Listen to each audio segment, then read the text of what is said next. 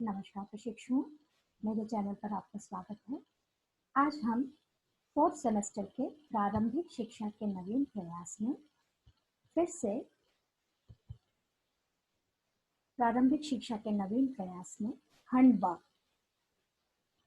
फिर से वहां पर मिलते हैं क्योंकि अभी हमने उसको कंप्लीट नहीं किया है।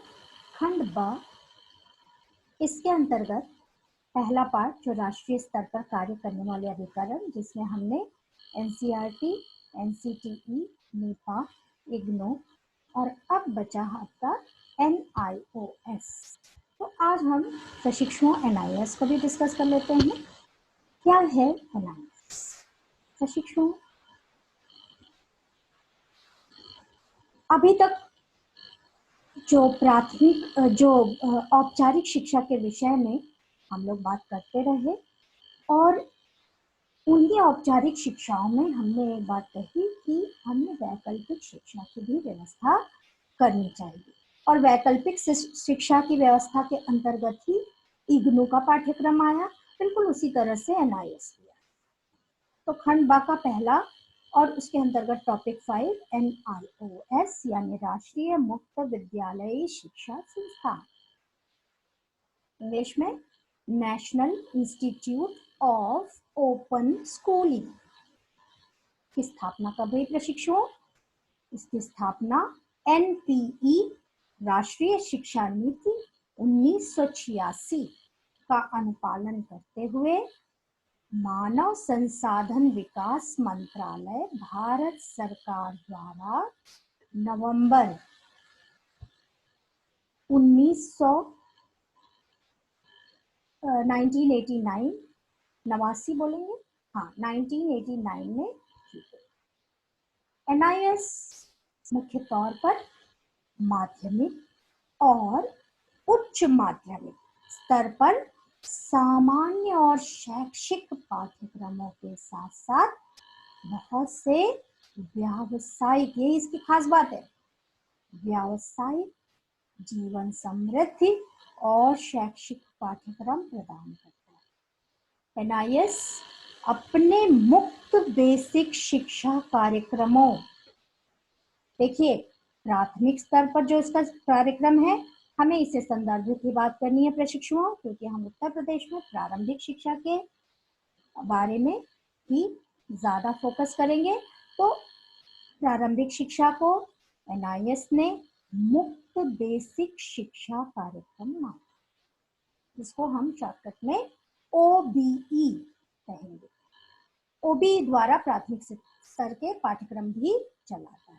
भारत सरकार ने एक राजपत्र गजट ऑफ इंडिया अधिसूचना द्वारा एनआईओएस को पूर्व स्नातक स्तर पर, पूर्व स्नातक, स्नातक से पहले शैक्षिक, तकनीकी, व्यावसायिक पाठ्यक्रमों के लिए पंजीकृत शिक्षार्थियों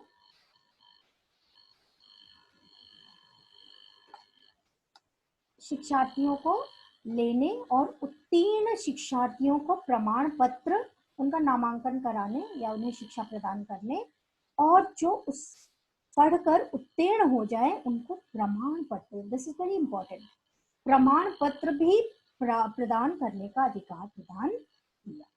ठीक है, समझ में आई बात? तो राजपत्र ने उनको पाठ्यक्रम चलाएं और उसमें उत्तीर्ण जो परीक्षा ले और उनका मूल्यांकन करके जब उत्तीर्ण हो जाए तो उन्हें प्रमाण पत्र भी मुहैया कराए। भारतीय विश्वविद्यालय संघ ने पत्र संख्या EV 11-354/25 जुलाई 1991 में एनआईओएस के उच्च माध्यमिक प्रमाण पत्र परीक्षा के समान जारी किया। तो जो प्रमाण पत्र वो देते हैं वो किसके बराबर इक्विवेलेंट होता है?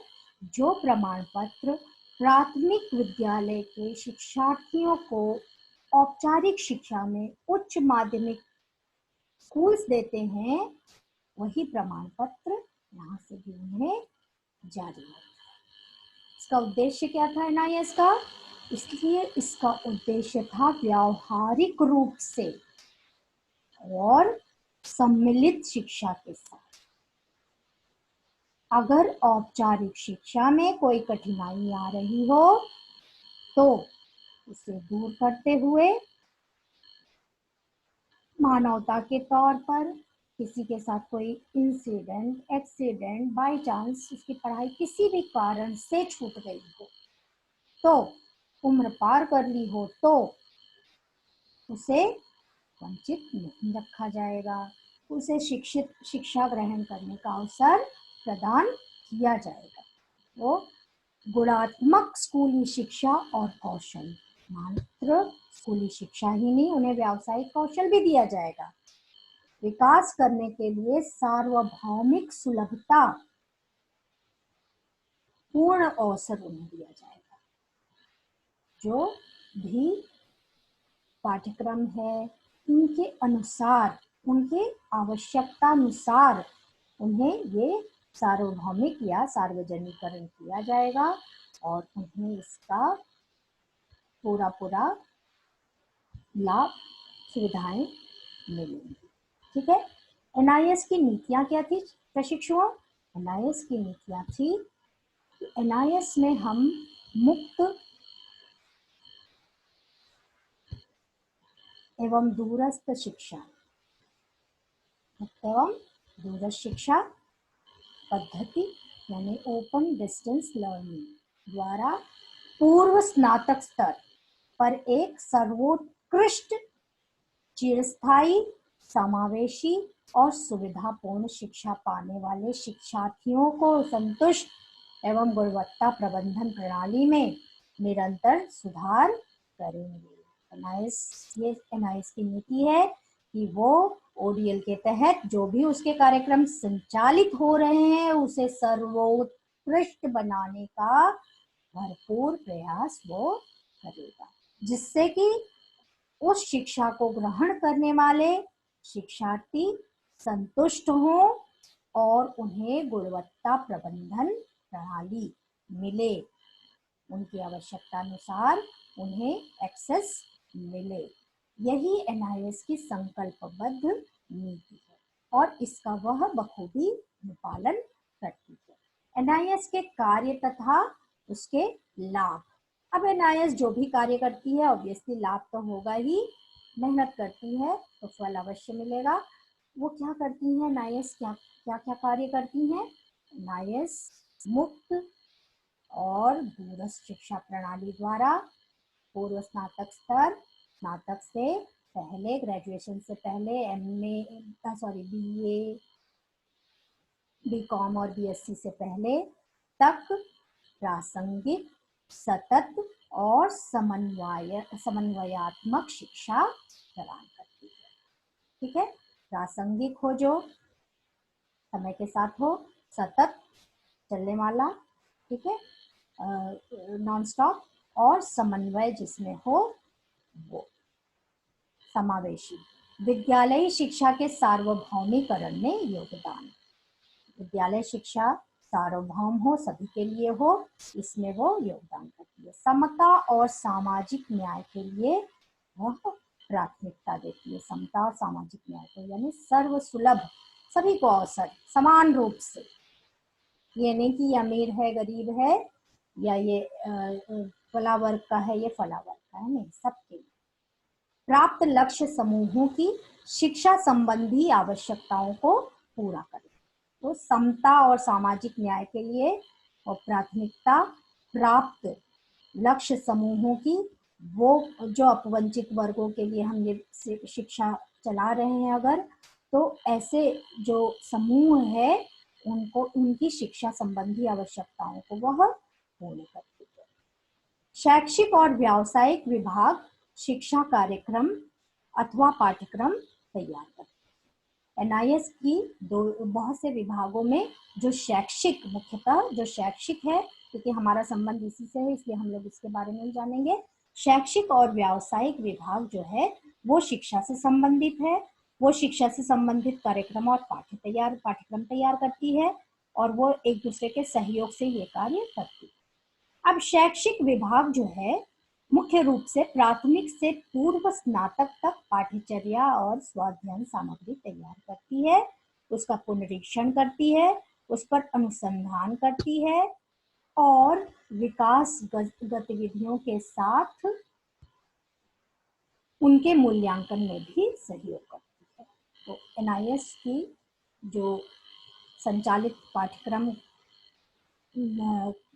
पढ़ाकर और उसके जो भी विकास के लिए जो और भी क्रियाकलाप होते हैं वो भी कराकर, और मात्र यही नहीं, उसका मूल्यांकन भी वो करवाती है। तो इस तरह से वो संचालित पाठ्यक्रम के मूल्यांकन तक, उसके बाद उसका प्रमाण पत्र भी सुलभ मुहैया कराती है। यही है इस एनआईएस के शैक्षिक विभाग। अभी मैंने बताया आपको एनआईएस का शैक्षिक विभाग जो हमारी प्रारंभिक शिक्षा से संबंधित है, उस विभाग को कहा जाता है मुक्त बेसिक शिक्षा, ठीक है, विभाग, यानी कि इंग्लिश में OBE, ओपन बेसिक एजुकेशन। ये शैक्षिक विभाग है जो प्राथमिक शिक्षा या प्रारंभिक शिक्षा से संबंधित है। दूसरा विभाग है माध्यमिक और उच्चतर माध्यमिक पाठ्यक्रम। और शैक्षिक विभाग है अनुसंधान और विकास प्रकोष्ठ। और शैक्षिक विभाग है सक्षमता निर्माण प्रकोष्ठ, पुस्तकालय प्रलेखन सेवाएं, विभागीय सलाहकार समितियां जो DAB के नाम से, डिपार्टमेंटल एडवाइजरी बोर्ड के नाम से विख्यात है, नोएडा में है, नोएडा में अक्सर इसकी मीटिंग होती है, ठीक है। और है शैक्षिक परिषद, ठीक। तो ये है एनआईएस के विभाग जिनके सहयोग से वो कार्य करती है।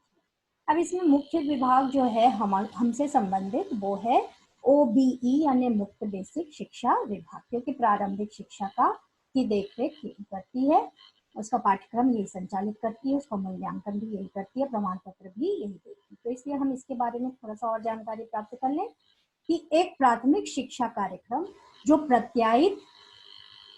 प्रत्यायित एजेंसियों द्वारा ड्रॉपआउट्स, शाला त्यागी, नव साक्षरों और स्कूल न जाने वाले बच्चों अथवा शिक्षार्थियों के लिए संचालित करता है।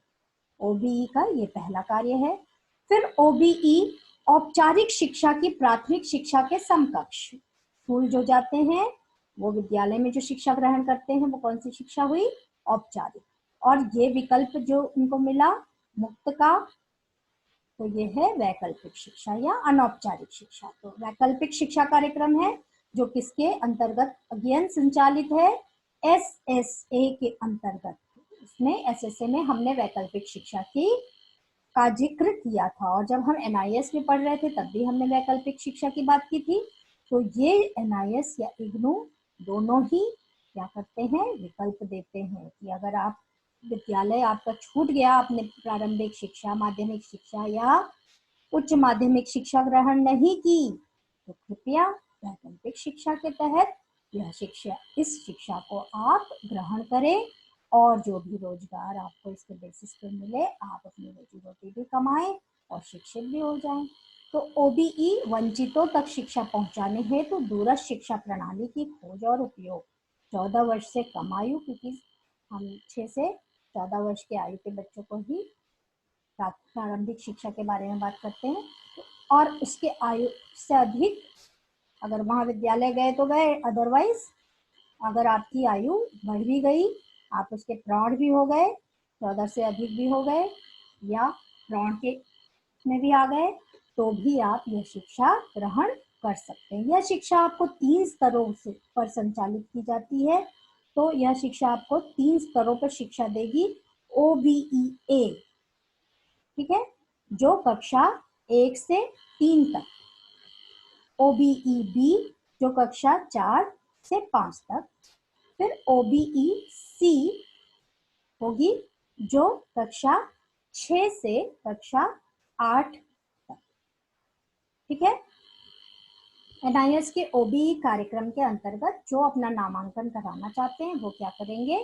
प्रत्यायित एजेंसियों, हर स्टेट का छात्रों एक स्टेट कोड निर्धारित किया जाता है, फिर उसके अंतर्गत जो भी एजेंसियां आती हैं वो संचालित की जाती हैं, तो उनके नाम उस कोड के बाद, जब आप कोड, जैसे उत्तर प्रदेश का कोड है 21, तो आप इस स्टेट कोड को जब डालेंगे NIS की वेबसाइट पे, तो वो वहां पर उत्तर प्रदेश में जितनी भी प्रत्यायित एजेंसियां जो NIS कार्यक्रम को संचालित करती हैं वो आपको डिस्प्ले बोर्ड पर दिखाई देगा और फिर आप उनसे संपर्क, छात्रों को आप गाइड कर सकते हैं। अगर बाई चांस आपके विद्यालय में जो आने वाले छात्र हैं अथवा आपके आसपास हैं, आप जिस गांव में पढ़ाते हैं, जिस प्राथमिक विद्यालय में पढ़ाते हैं, उसके स्थानीय लोगों की कोई समस्या है और वो पढ़ना चाहते हैं तो उनको आप इसके बारे में बता सकते हैं।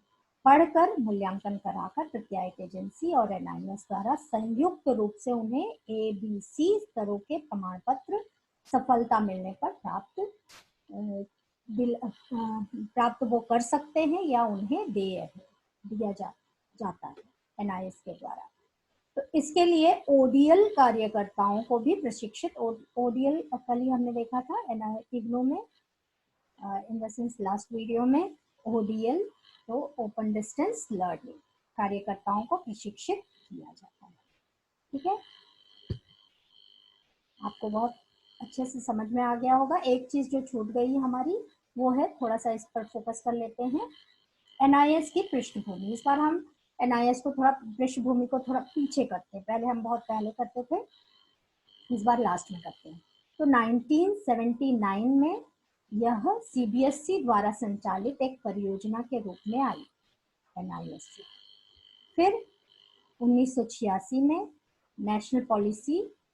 नेशनल एजुकेशन पॉलिसी या NPE के तहत शिक्षा सुविधा स्व पाठ्यक्रम आधारित व्यापक स्तर पे विचार विमर्श हुआ और उसमें पाया गया कि हम व्यापक स्तर पर भी कोई ऐसी शिक्षा प्रणाली हो जो मूल्यांकन और पाठ्यक्रम मूल्यांकन और प्रमाण पत्र की व्यवस्था करे। तो ऐसे में NPE ने इस परियोजना का सुझाव दिया। 1989 में फिर HRD मिनिस्ट्री यानी ह्यूमन रिसोर्स डेवलपमेंट राष्ट्रीय मुक्त विद्यालय व्यवस्था को लेकर आई। 14 सितंबर 1990 CBSE का पायलट प्रोजेक्ट शुरू किया गया इन्हीं सुझावों के आधार पर और केंद्रीय सरकार के आदेश संख्या F5/24/90 स्कूल 3 द्वारा पारित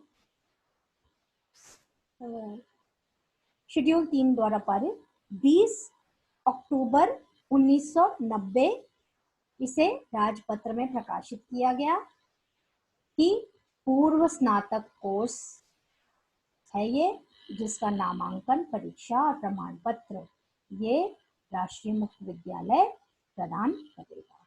अब 2002 में HRD ने इसको टेकअप कर लिया और इसका नाम क्या रख दिया, राष्ट्रीय मुक्त विद्यालय से NIS रख दिया।